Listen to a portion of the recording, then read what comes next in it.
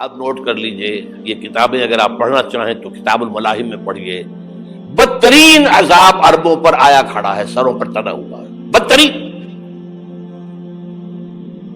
ایسی جنگ ہونی ہے الملحمۃ العظمیٰ، جس کو کہ میں بھی آپ کے گواہی پیش کر دوں گا، جسے کہا گیا ہے دی لاسٹ کروسیڈ. بش نے بھی کروسیڈ کا لفظ بول دیا تھا، پھر واپس لیا اس نے. نکل جاتی ہے جس کے منہ سے سچی بات مستی میں، فقیہ مصلحت بین سے اور ہندے بادہ خار اچھا، کروسیڈ کہہ کر پھر واپس لیا. یہ کروسیڈ، اس کے اوپر جس قدر نقصان ہونا ہے عربوں کا، گریٹر اسرائیل بنے گا، یہ عراق، شام، اردن، سعودی عرب کا کچھ شمالی علاقہ، ترکی کا جنوبی علاقہ، مصر کا صحرائے سینا، اور اس کے ساتھ ہی جو بہترین اس کا زرخیز ترین علاقہ ڈیلٹا آف نائل، یہ سب یہودیوں کے قبضے میں جائیں گے. اس کو حدیث میں کہا گیا الملحمۃ العظمیٰ. عیسائی 80 علم لے کر اے مسلمانوں تم پر حملہ آور ہوں گے، اور ہر علم کے نیچے 12,000 فوج ہوگی، 9.5 لاکھ فوج. یہ نیٹو کی تیاری کس کے لیے ہو رہی ہے؟ جب یو ایس ایس آر کا خاتمہ ہوا تو پوچھا گیا تھا نیٹو چیف سے، اب کس لیے؟ تمہارا وہ دشمن تو ختم ہو گیا، اب ہمیں اسلامک فنڈامنٹلزم سے نمٹنا ہے. وہ جانتے ہیں خطرہ یہی ہے، اب اسلام ابھر سکتا ہے. مسلمانوں کے سینوں کے اندر وہ آگ ہے، اوپر خاکستر آ گیا ہے، تمہیں اٹھانا بیٹھنا، یہ اندر تو انگارا ہے، اوپر سے راکھ ہے، اس سے دھوکہ نہ کھا جانا ان کے دلوں کے اندر. اور بش نے کہا تھا مسلمان چاہتے ہیں کہ ہسپانیہ سے لے کر انڈونیشیا تک نظام خلافت قائم کریں. اور میں حیران ہوا تھا کہ اس کمبخت کو ہسپانیہ کا خیال کیسے آ گیا؟ ہمیں تو کبھی آتا ہی نہیں، اب ہم تو بھول گئے. وہ تو 500 برس پرانی بات ہے، جبکہ وہاں سے ہمیں نکال دیا گیا تھا. اگرچہ اقبال نے کہا تھا ہے ارض فلسطین پہ یہودی کا اگر حق، ہسپانیہ پر حق نہیں کیوں اہل عرب کا. ہسپانیہ میں تو 800 سال حکومت کی مسلمانوں نے، اور ابھی 500 برس سے گزرے ہیں نا. یہودی تو ارض مقدس سے 2000 سال نکالے گئے. انہیں لا کے آباد کیا گیا، عربوں کے سینے میں خنجر بھونک دیا گیا. وہ چھوٹا سا ملک جو چاہتا کرتا، کوئی پوچھنے والا نہیں. امریکہ جیسے اپنے بیٹے کی حفاظت کرے ویسے کرتا ہے اس کی. اور حضور نے فرمایا ہے وہ جنگ جب ہوگی تو ایک باپ کے اگر 100 بیٹے ہوں گے تو 99 ختم ہو جائیں گے، ایک بچے گا. یہ حدیث ہے، حدیث صحیح. اور آپ نے فرمایا ویل للعرب من شر قد اقترب. عربوں کے لیے ہلاکت ہے، عربوں کے لیے بربادی ہے اس شر سے جو قریب آ چکی ہے. اور آج جس طرح انہوں نے ان کی تہذیب کو اختیار کر لیا ہے، دبئی جا کر دیکھیے، بدترین مغربی معاشرہ جو ہے وہ دبئی کے اندر ہم نے قائم کر کے دکھا دیا. اب سعودی عرب اس راستے پر بڑھ رہا ہے. اور اس کے بعد نمبر 2 پر جو ہے ہم پاکستانی ہیں. لیکن میں اس کے وہ پہلی بات جو کہہ رہا ہوں وہ تو یقینی ہے، اس میں تو احادیث صحیحہ موجود ہے. اگرچہ اس کے بعد پانسا پلٹے گا، پھر حضرت مہدی کا ظہور ہوگا، حضرت عیسیٰ کا نزول ہوگا، اور وہ گریٹر اسرائیل گریٹر گریو یارڈ بنے گا یہودیوں کا. ایک ایک یہودی قتل ہوگا اور دفن ہوگا. یہ بات میں ہونا ہے، میں پہلی بات پر فرض کر رہا ہوں.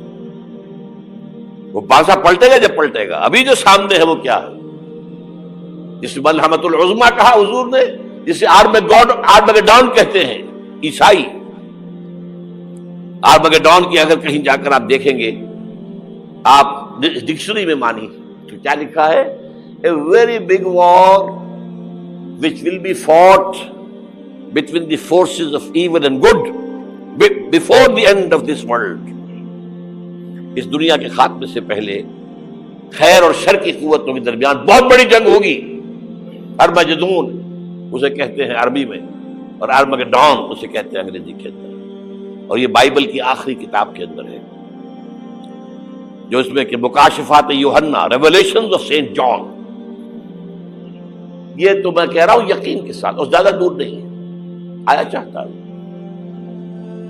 اس لیے کہ یہودیوں کا اور عیسائی جو کنزرویٹوز ہیں، نیو کنزرویٹوز، ان کا 5 نکاتی ایجنڈا ہے متفق علیہ، جس کے تحت کہ یہ جنگ صلیبی شروع کی گئی ہے. تو سن لیجئے آپ. آرمیگیڈون نمبر 1، گریٹر اسرائیل قائم ہو جانا اس کے نتیجے میں نمبر 2، مسجد اقصی اور قبۃ الصغریٰ کو گرانا نمبر 3، وہاں 3rd ٹیمپل، وہ مسجد جو حضرت سلیمان نے بنائی تھی 1000 قبل مسیح میں، پھر برباد کی تھی نبوکدنضر نے، دوبارہ بنائی گئی، پھر دوبارہ ختم ہوئی 70 عیسوی تک گری پڑی ہے. ان کا خانہ کعبہ گرا ہوا ہے 70 عیسوی سے لے کر آج تک. ایک دیوار ہے ویلنگ وال، جہاں جاتے ہیں، روتے ہیں، پیٹتے ہیں، ماتم کرتے ہیں، وہاں وہ بنے گا 3rd ٹیمپل. اور نمبر 4، اس میں لا کر رکھا جائے گا تخت حضرت داؤد کا. یہ تخت کہاں ہے اس وقت؟ یہ لندن شریف کے اندر، جو ان کی پارلیمنٹ کا جو چرچ ہے، ویسٹ منسٹر ایبے، اس میں رکھا ہوا ہے. ایک پتھر تھا جس پر بٹھا کر حضرت داؤد کی تاج پوشی ہوئی، پھر حضرت سلیمان کی ہوئی، پھر وہ پتھر رکھ دیا گیا جب حضرت سلیمان نے بنایا ہیکل مسجد اقصی، وہاں رہا وہ. ہر بادشاہ جو تھا یہودی اسی کے اوپر بٹھا کر اس کی تاج پوشی ہوتی تھی. سن 70 میں ٹائٹس نے گرایا اسے، ہیکل کو، وہ پتھر لے گیا، وہاں سے روم گیا، روم سے آئرلینڈ گیا، آئرلینڈ سے اسکاٹ لینڈ آیا، اسکاٹ لینڈ سے انگلینڈ آیا، اور اب وہ رکھا ہوا ہے 14ویں صدی عیسوی سے آج تک. وہ ویسٹ منسٹر ایبے میں رکھا ہوا، ایک کرسی کی سیٹ میں اسے بنا دیا گیا ہے تخت کی شکل میں. اب انگریزوں میں کوئی ملکہ ہو، کوئی بادشاہ ہو جس کی بھی تاج پوشی ہونی اس میں ہو، یہ لا کر رکھا جائے گا 3rd ٹیمپل میں. اور اس پر یہودیوں کے خیال کے مطابق ان کا مسیحا آئے گا جو مسیح دجال ہوگا. عیسائیوں کے خیال کے مطابق حضرت عیسیٰ آئیں گے، وہ ہمارا بھی خیال ہے حضرت عیسیٰ آئیں گے علیہ الصلوۃ والسلام. بہرحال یہ تو بعد کی باتیں ہیں نا. اس وقت جو میں عرض کر رہا ہوں، عربوں پر بہت بڑا عذاب، اور پاکستان کا معاملہ البتہ یہ ہے، میں یقین سے نہیں کہہ سکتا. ہینگنگ ان دی بیلنس، ہو سکتا ہے اللہ تعالیٰ ہم پر رحم فرمائے، ہو سکتا ہے، اگرچہ اس کی کچھ شرائط ہوں گی. چمن کے مالک اگر بنا لے موافق اپنا شعار، اب بھی چمن میں آ سکتی ہے پلٹ کر چمن سے روٹھی بہار، اب بھی ہو سکتی ہے. اور یہ بھی ہو سکتا ہے کہ اللہ تعالیٰ نے معجزانہ طور پر ہمیں ملک دیا، ہم نے اللہ سے بدعہدی کی، وعدہ خلافی کی، غداری کی، لہذا سزا دی جائے اور ہم سے یہ ملک چھین لیا جائے. It's just possible. دور نہ سمجھے، اسے انہونی بات نہ سمجھے. جو گھیراؤ ہو رہا ہے آپ کے مغرب میں نیٹو فورسز اور مشرق میں بھارتی فورسز گدھوں کی طرح بیٹھے ہوئے انتظار کر رہے ہیں پاکستان اور ڈسٹیبلائز ہو جائے، یہاں اور بدامنی ہو جائے. اب لاہور میں پھر آج دھماکے ہو گئے ہیں. 2 دن پہلے کا دھماکہ میں سہ کے آیا ہوا ہوں، آپ کے سامنے بیٹھا ہوں. وہ جانے بچی ہیں جو ہماری اکیڈمی کا حشر ہوا، تو میں آپ کو نہیں بتا سکتا. یہ سارا کیوں ہو رہا ہے؟ تاکہ یہاں بدامنی ہو جائے اور ہمیں جواز مل جائے. مغرب سے نیٹو فورسز داخل ہو جائیں، مشرق سے بھارتی فورسز آ جائیں اور ہمارے ایٹمی دانت توڑ کر اور پھر ہمیں بھارت کے سامنے ڈال دیا جائے. نو ڈو ایز یو لائک. یہ ان کا نقشہ ہے. ہوگا کیا وہ اللہ جانتا ہے. ہوگا وہ جو اللہ چاہے. لیکن اللہ کا چاہنا جو ہے وہ کس پر منحصر ہے؟ یہاں انقلاب برپا کرو، یہاں اسلام لاؤ. اگر دھندوں میں لگے رہو گے تو وہ خود بخود نہیں آ جائے گا انقلاب. صحابہ نے جانیں دی تھی، کتنی تکلیفیں اٹھائی تھی. 12 برس تک مکی دور کے اندر با نشہ درویشی در ساز و دمادم زن، جو پختہ شبی خدرا بر سلطنت جم سن. یوم طائف یاد ہے جو حضرت عائشہ فرماتی ہے کہ میں نے پوچھا تھا حضور سے کہ یوم احد سے زیادہ سختی بھی آپ پر کبھی آئی؟ یوم احد پر کیا ہوا تھا؟ تلوار کا وار پڑا تھا آپ کے چہرہ مبارک، یہ جو رخسار کی ہڈی ہے اس کے اندر وار گیا ہے، اوپر خود کی 2 کڑیاں تھیں وہ اس میں گھس گئیں، 2 دندان مبارک شہید ہوئے۔ وہ خود کی کڑیاں ایک صحابی نے اپنے دانتوں سے پکڑ کے کھینچنے کی کوشش کی، دانت نکل گئے، وہ نہیں نکلی، کیا جتن کر کے نکالی گئی ہوگی تو خون کا فوارہ آیا، اتنا خون گیا ہے کہ آپ بے ہوش ہو گئے، گر گئے، اور مشہور یہ ہو گیا کہ آپ کا انتقال ہو گیا، شہادت ہو گئی۔ یہ سیرت کبھی پڑھی ہے؟ حضرت عائشہ کے ہوش کا تو یہی دور تھا نا، یوم طائف میں جو آپ کیا تھی، بچی تھی، انہیں کیا پتا کیا ہو رہا ہے حضور کے ساتھ۔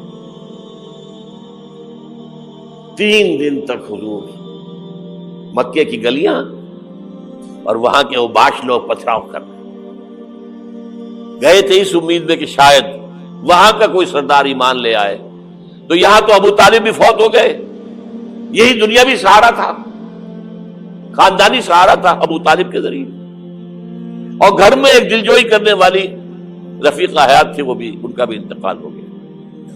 آپ نے کہا یہ عام الحزن ہے، اب تو سب کو طے ہو گیا قریش کو کہ آپ جیسے قتل کر دو، اسی لیے آپ گئے طائف، شاید وہاں کا کوئی بڑا سردار مانے، ایمان لے آئے مجھ پر، تو میں اپنا مرکز ادھر شفٹ کر دوں۔ تینوں سے ملے ہیں، تینوں نے وہ جواب دیے ہیں، نکل جاؤ یہاں سے، میں تمہارے ساتھ بات بھی کرنے کو تیار نہیں۔ اچھا، تمہارے سوا کوئی نہیں ملا تھا اللہ کو نبی بنا کر بھیجنے کے لیے؟ دیکھو جاؤ، میں بات نہیں کرنا چاہتا، ہو سکتا ہے میں بے عزتی کر بیٹھوں، واقعی تم اللہ کے نبی ہو تو میں مارا جاؤں گا، جاؤ جاؤ جاؤ۔ یہ سلوک محبت کے ساتھ ملا ہے۔ اور پھر چھوکروں کو، اسٹریٹ ارچنز جنہیں آپ کہتے ہیں، اشارہ کیا تھا، خبر لو ان کی، پتھراؤ ہو رہا ہے، ساتھ کوئی ہے ہی نہیں، ایک آدمی صرف، زید ابن حارثہ۔ اب سامنے سے پتھر آ رہے ہیں تو حضرت زید آگے آ جاتے ہیں، ڈھال بنتے ہیں، مجھے لگے پتھر حضور کو لگے، آپ پیچھے سے آ رہے ہیں، چاروں طرف سے تو ڈھال نہیں بن سکتا ایک شخص، جسم لہو لہان، خون جا کر جوتیوں میں جم گیا ہے، جوتی اتر نہیں دی۔ پھر وہاں سے واپسی پر جو دعا مانگی ہے، اللہم الیک اشکو ضعف قوتی وقلت حیلتی وہوانی علی الناس، اللہ تیری جناب میں فریاد لے کر آیا ہوں اپنی قوت کی کمی کا، اپنے وسائل کی کمی کا، اور جو ذلت و خواری ہو رہی ہے لوگوں کے سامنے، الا ملتقننی، مجھے کس کے حوالے کر دیا ہے، الا بعیدی یتجہمنی، یہ میرے اوپر ہجوم کر کے آ جائے، حملہ کرے، اور عدو من لگتا امرے، یہ دشمن کے حوالے میرا معاملہ کیا، جو چاہے کرتے وہ۔ لیکن پھر عبدیت غالب آتی ہے، ان لم یکن علی غضبک فلا ابالی، اللہ اگر تو ناراض نہیں ہے تو مجھے کوئی پرواہ نہیں، سر تقدیم خم ہے جو مزاج یار میں آئے، مجھے اندیشہ یہ ہے کہ تو ناراض تو نہیں ہوگی۔ یہ تکلیفیں جھیلی ہے، سینکڑوں صحابہ نے جانوں کا نذرانہ پیش کیا ہے،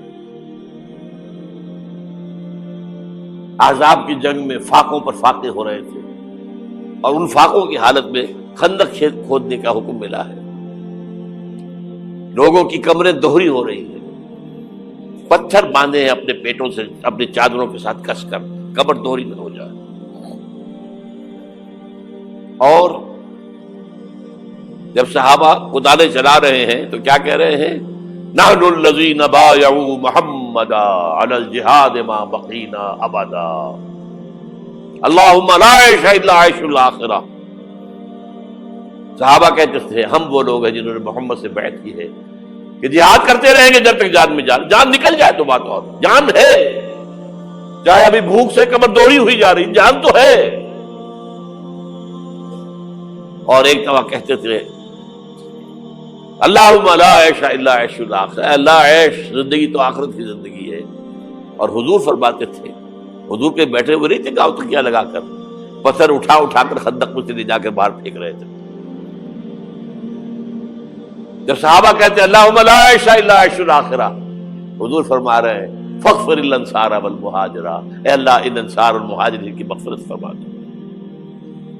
پھر حضور کی خدمت میں کچھ لوگ آئے، حضور اب یہ فاقہ ناقابل برداشت ہو گیا، دیکھیے ہم نے یہ پتھر باندھے ہوئے اپنے پیٹ کے ساتھ۔ حضور نے کرتا اٹھا کر دکھایا، وہاں 2 پتھر بندھے ہوئے۔ یہ ہے سیرت النبی۔ آپ کس چیز کو سیرت النبی سمجھتے ہیں؟ بہرحال اس موضوع پر میری ایک کتاب ہے منہج انقلاب نبوی، کہ انقلاب کیسے آیا تھا۔ اگر دل میں ذرا بھی آرزو پیدا ہو گئی ہو کہ اللہ قبول کر لے مجھے قبول کر لے اس کام کے لیے،